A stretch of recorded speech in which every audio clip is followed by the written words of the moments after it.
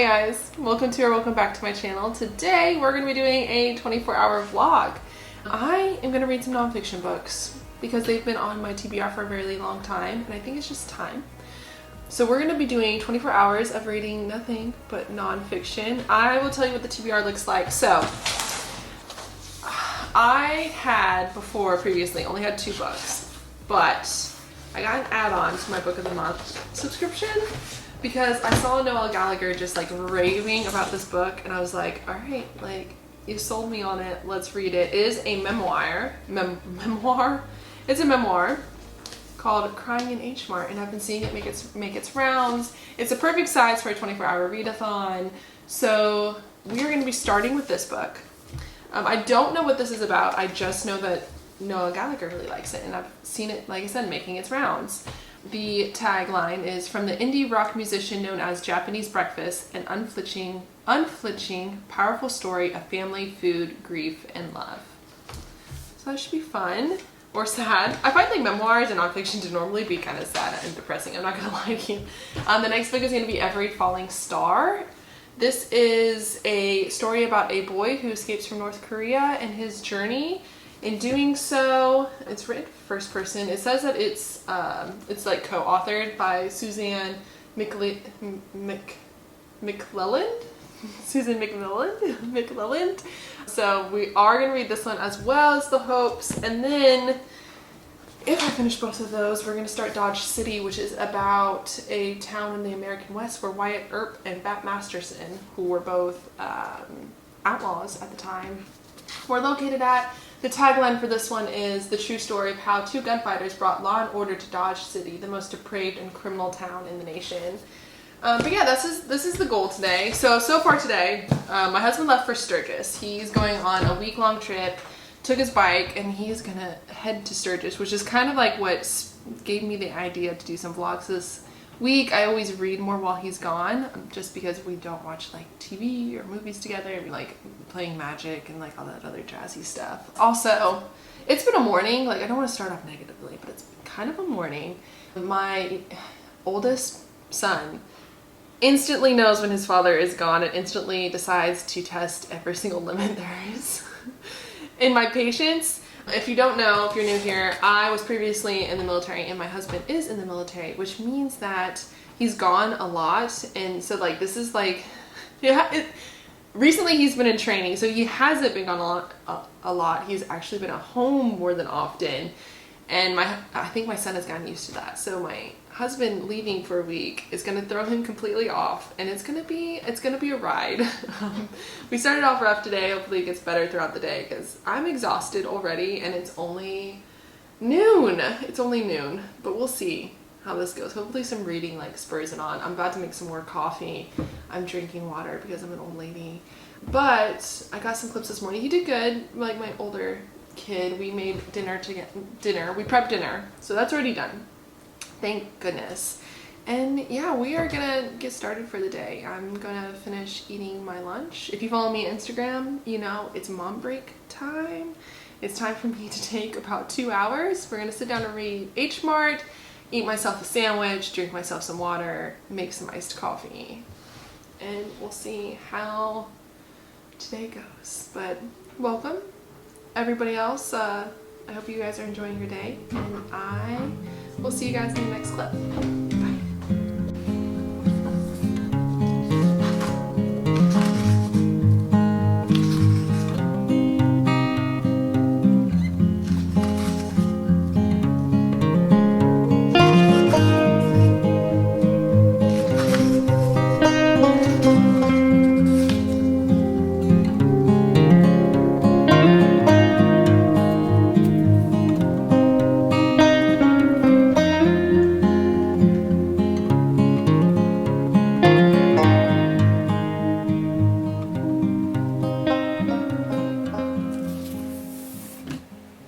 Okay, so we haven't moved positions, but it is now 8 o'clock at night. I fed the children, bathed the children, put the children to sleep, and now I get the rest of the night to read, which is really exciting because I'm already halfway through Crying in H-mart. I'd probably be done with this book by now just because I literally have not put it down. But like I said, we have adult things to do. This book.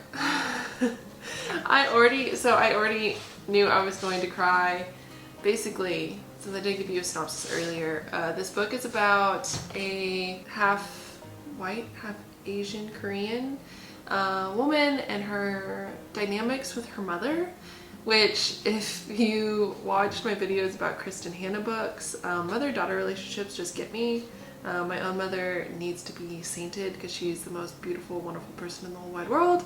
And so like it just gets me. And then you find out really early on that her mother dies. And this is like their journey, like their journey from her being like a very like rebellious baby, punk teenager to like this grown woman who now has a mother who has failing health, and like her just reminiscing about their life together. And I knew I was gonna get emotionally attached to this book when I read this, and I'm gonna read it to you real quick. I remember these things clearly because that's how my mother loved you, not through white lies and constant verbal affirmations, but in subtle observations of what brought you joy, pocketed away to make you feel comforted and cared for even without even realizing it. She remembered if you liked stews with extra broth, if you were sensitive to spice, if you hated tomatoes, if you didn't eat seafood, if you had a large appetite. She remembered what Banshan side dish you emptied first, so the next time you were over it'd be set with a heaping double portion served alongside the various other preferences that made you, you. And yeah, so if that isn't my mother as a mom or me as a mom, I don't know what is. And like that instantly, it was literally on page 14, and that instantly had me invested in this character. And it just goes from there. Honestly, this is making me want to go make rice cakes. I actually have some rice cakes in the fridge. We made tteokbokki, I think that's how you pronounce it, tteokbokki, a couple of weeks ago, and it was really good. And now I just want spicy rice cakes because the descriptions of food in this book are so beautiful, and they just make me want to go to Korea.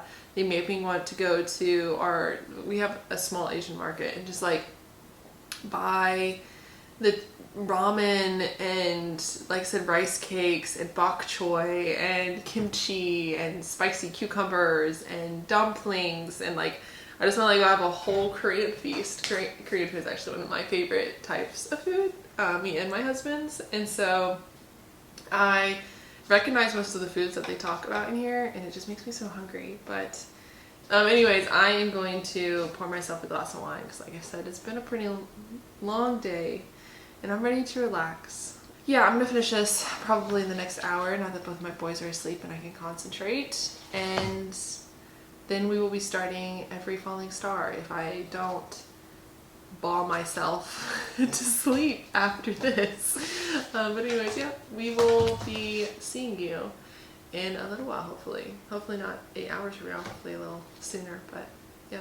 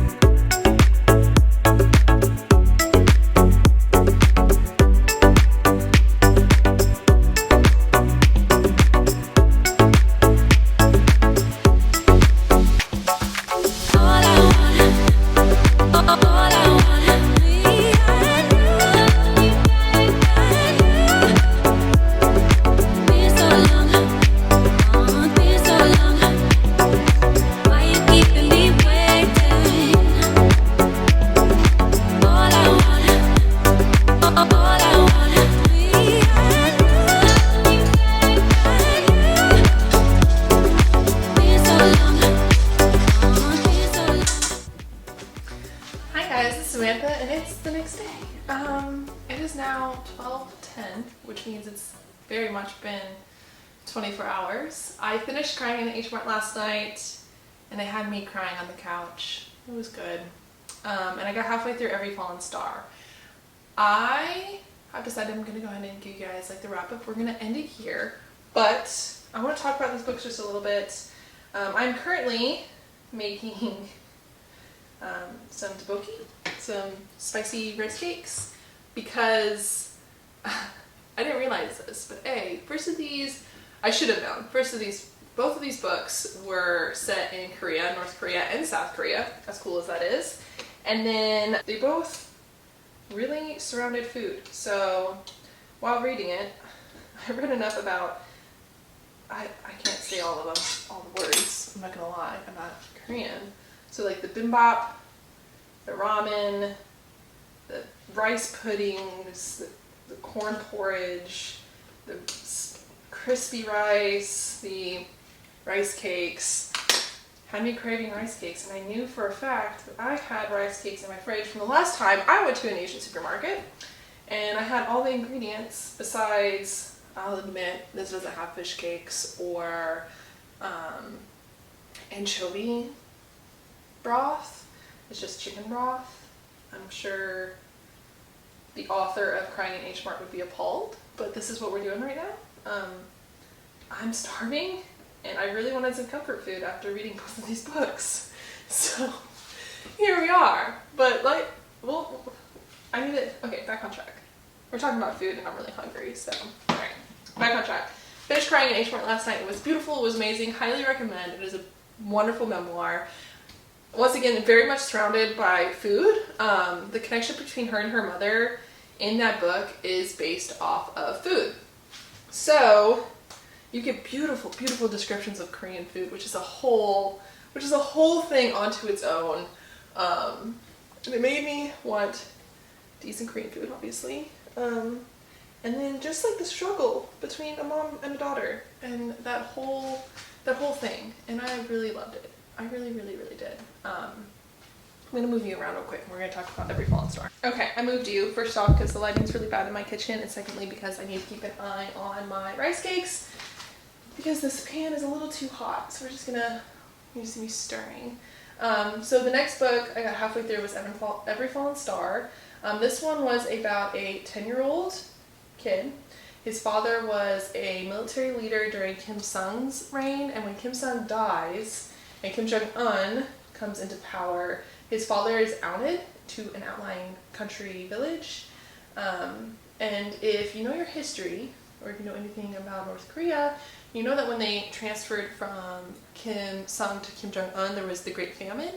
And they come to this town, and there's literally no food. There's just no food. There's the logistics were not thought out well when they first started their like farming communes, and the weather wasn't good, and they just didn't grow anything. So I think almost over 1 million people died. Like, statistics coming from a communist country is always like really hard to get like accurate statistics, but over 1 million people died. So this 10-year-old finds himself in one of these outlying countries after having lived in the city, where like you can imagine he was fully immersed in the propaganda and the world there, and he was ready to be a general as well. Like he was ready to take his father's follow in his father's footsteps. He had the life. He never had to worry about food. He never had to worry about clothing. He took special classes, and suddenly like he's in this outlying country, and they're starving. His parents both leave to find food. His father tries to go to China, and his mother tries to go to another town over, and they don't come back. So it's his survival story. At least the part that I read was his survival story in North Korea. And he bands together with other children and makes a gang. And really, yeah, it's just them trying very, very, very hard to survive, which is just, I couldn't imagine. And these are both really emotional stories, especially for myself. The first one being between a mother and a child, and this book coming from the perspective of an abandoned child during a famine. And it just makes my heart hurt. Like I said, I didn't finish the book, but what I imagine, you get this from the synopsis, so no spoilers, is that he does finally escape North Korea, and his brothers do not. His brothers, his gang, his friends that he made in this journey do not. So yeah, I'm gonna finish it today for sure. I just wanted to make sure that we made this like a true 24-hour vlog, you know. I only got halfway through there, but it happens, and you guys will now just have to subscribe and wait to be notified to figure out the rest. That's how it's gonna go. Anyways, I will make sure I give you a delicious shot of these rice cakes. I need to hurry up and cook so I need to eat before my sons wake up.